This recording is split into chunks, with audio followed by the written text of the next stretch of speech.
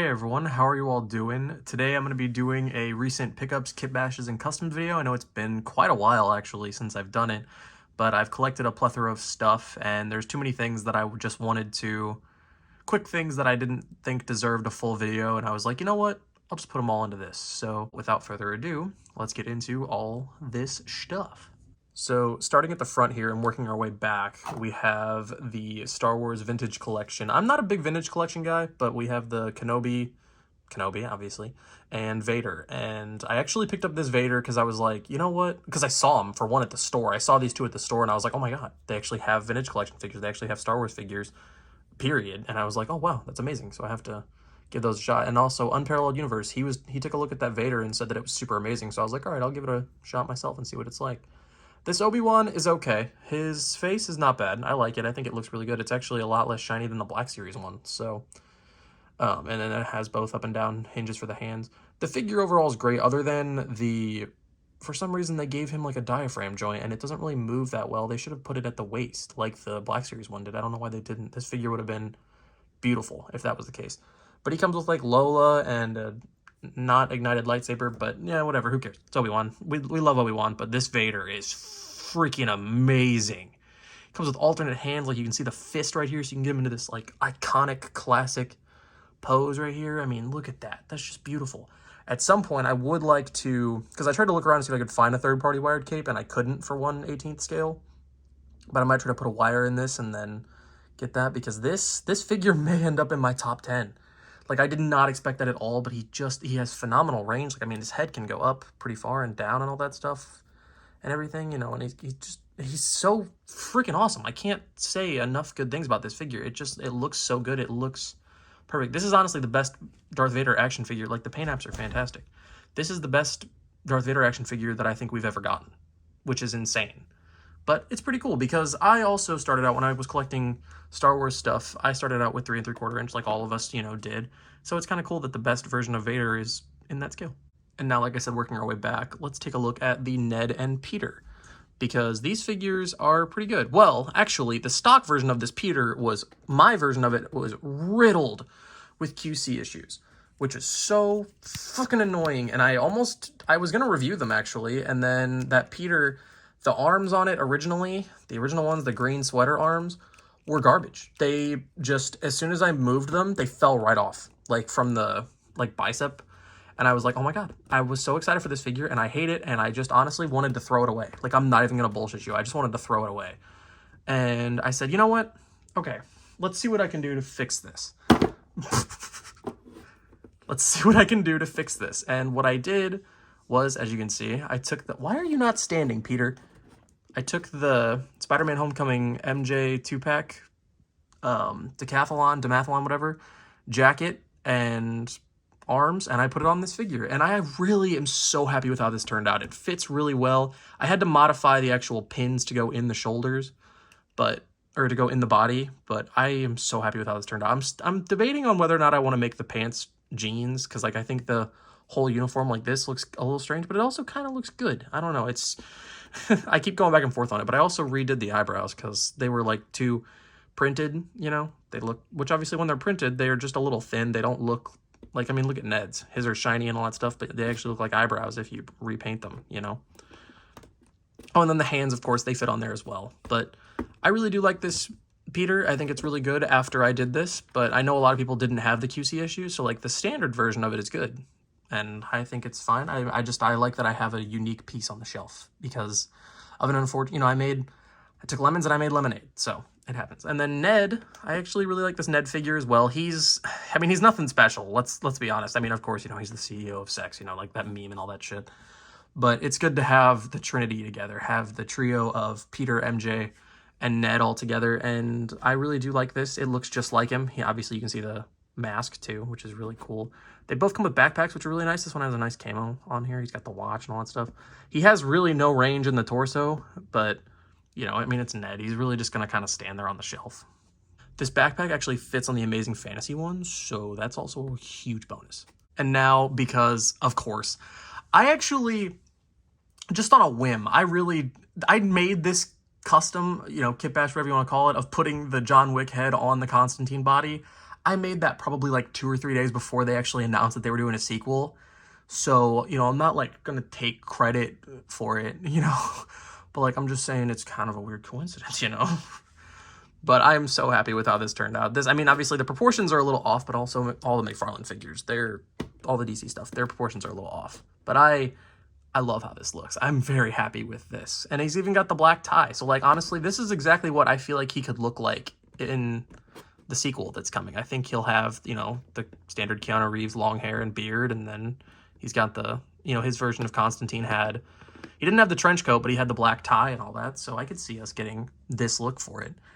And I wanted to show this because I thought it was cool. And I thought it was really neat how I made this Kitbash, and then like 2 or 3 days later, they announced the sequel. I was like, oh my God, I willed it into existence. Which also, I hadn't seen the movie since like it came out when I was like 5. And I just rewatched it like a couple days ago. It is such a banger. It is so good. Like it really has no business from being, you know, from 2005. It has no business being as good as it is. And then now taking a look at Venom, because I was going to do Venom and Null, but we'll save Null for the end since he's back there. This Venom, obviously, I put this mask thing in his hand to make it look like he was holding Peter's head. But this Venom is just the movie Venom, but repainted to be the comic book one, because this is obviously the Venom and Null 2-pack Venom. And I did modify the head, actually. I carved into the neck here so it actually could go up all the way. So you could get him into like kind of a lunging pose. But I love the deco on this. I think it looks so good. I love the new head sculpt. I think it looks phenomenal. I love the tongue. I think it looks gross like it's supposed to. Why are you not focusing? There we go, ish. Could you focus, please? Can you like, there we go. But you can see like all the different, you know, veins and stuff in his tongue, and it's just gross, and it's cool. It's accurate to Venom. I saw some people saying that this was too shiny. What do you mean? He's a symbiote made of black goo. How is he too shiny? He's literally goo. Like, what do you mean? But whatever.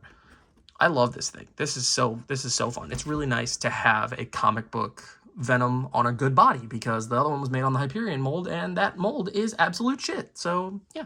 And now I want to talk about this Warhammer figure. This is a McFarlane Warhammer figure. I have zero attachment to Warhammer. And my dog just closed the door. I have zero attachment to Warhammer, but I picked this up because it was like a $15, you know, deal thing going on.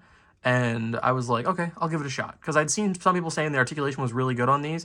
It actually is. These figures are like sleeper hits. And as I said, I have zero attachment to it, so I can use this for whatever I want. But oh my God, this is so fun to mess around with. Like, he's got the, you know, whatever this gun is. I'm so sorry to all the Warhammer fans. Like, please give me some knowledge about this in the comments. I'd love to know more. I really honestly kind of want to do a deep dive into the history and whatnot of this. But like, the paint apps on this are phenomenal. The shoulders are actually on like ball joint hinges. But as for range, like, they can go up that far. It's a little loose because of that. But like, the head can go back and forward, and all that stuff can go, you know, forward. His legs can actually go out and all that stuff. Like, it's got a pretty solid range. Like, I can get him into like a one, you know, on one knee kind of pose, and with like no issue whatsoever. It's just such a fun figure to mess around with, and he's got great detail. And I did cut the sheath off because I wasn't liking it, and I kind of regret that I did, but I also don't really regret that I did. But he has this big ass jetpack which is plugs in, and it's like you could definitely hit somebody in the head with this thing. Like, this is a chunky figure. He, like, if he fell off the shelf, he'll take out a toddler, honestly. Like, this is, please be careful with these. These things are big, and I want so many more of these. I don't know why. I can't explain it. They're just fun. Like, I mean, look at the face on this guy.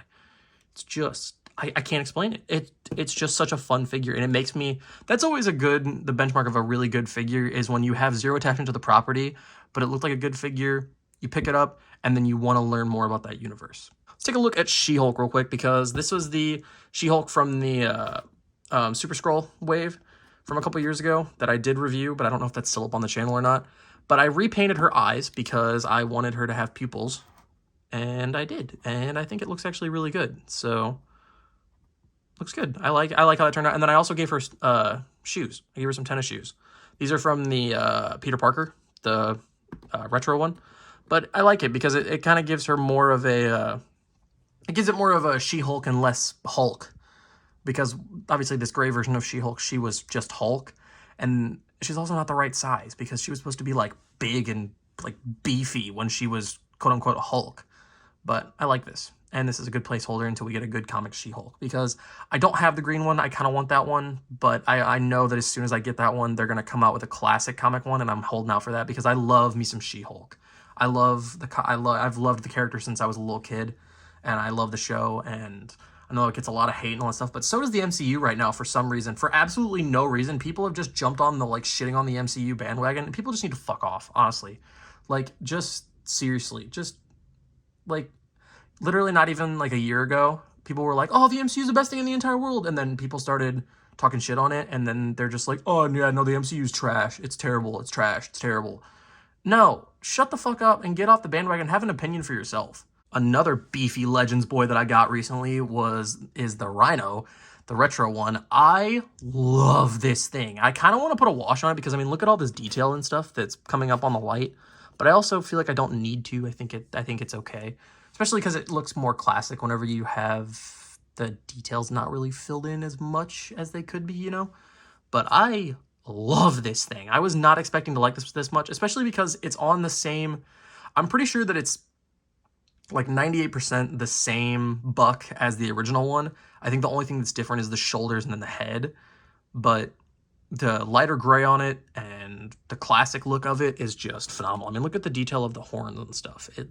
They look awesome. And the head sculpt, I love it. Absolutely love it. You can get him, you know, he can full on just straight run at you and just knock you out. It's awesome. And this thing's also, he falls off the shelf. He's taking out a toddler as well. Hell, he falls the right way. He's going to take out an adult just straight through the head. That would not be good. Which, speaking of going straight through the head, oh man, that announcement. Oh, that announcement. That was so exciting. It was so unexpected. But Deadpool 3 is going to be fucking phenomenal. And then we got Null, who has the wings on currently. And I tried 2 attempts, which also these ACDA stands that I got off of Etsy as well. But here are the wings. You can see the other peg holes up there from the failed attempt at it. But I'm really happy with how this turned out. I can't even get this all on camera, and Homelander's going to fall. But let's take out the wings real quick. I like this figure. He's good. He's one that I really was not super excited for, but then I read the King in Black story, and I was still not that excited for it, I'm going to be honest. He was just kind of okay. But I like it. I like the sword, and I like the sculpt of it.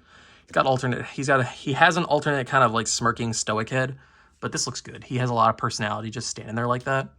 And I'm pretty happy with it. There's really not much I can say about it. Like, he's got great detail. It's got great paint. All that stuff. Homelander just completely collapsed. But that's all right. The sword, I really do like this. I like it. It looks very much Venom and Carnage-y. So, it's really cool. And then last but not least, let's talk about this Homelander who needs to get off the stand. Homelander! Alright, so yeah, as I said at the beginning, I didn't review this Homelander, this Mafex Homelander, whenever I got him in Butcher. I just reviewed Butcher, and I couldn't tell you why. I didn't get around to it, I guess.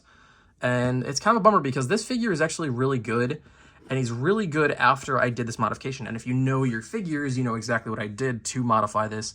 I actually popped off his plastic shoulder covers. I took off the NECA rubber ones, and then I glued them onto here. And since they're rubber, they actually have a good adhesion to it. But they just kind of stay, and obviously they're a little... You kind of got to glue them. I may try to fix this one at some point. It sticks off a little bit, but like this one's a little better. But you get him into a pose like where he's an action pose or something like that, which most of the time you're going to have him in that anyway. It just looks better. It's also has the more gold look to it as opposed to this kind of weird pinkish gold, maybe, like rose gold look that his belt has. Because this is what it's supposed to look like. And I think it just looks a lot better doing this, and you actually get more range out of it because you can do that and his shoulders aren't moving or popping off or whatever.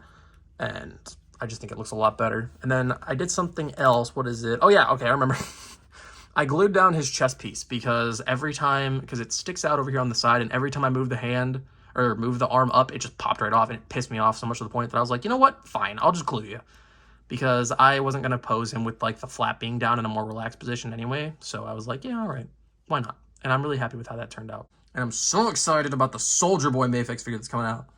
And the Maeve and all that stuff and everybody else, because it's awesome. I love that it's doing so well, that this Butcher and Homelander sold so well that they're like, yeah, you know what, let's go deep in the line. But yeah, there's nothing else on screen right now. But that's going to do it for me, and I will catch you all in the next one. See you.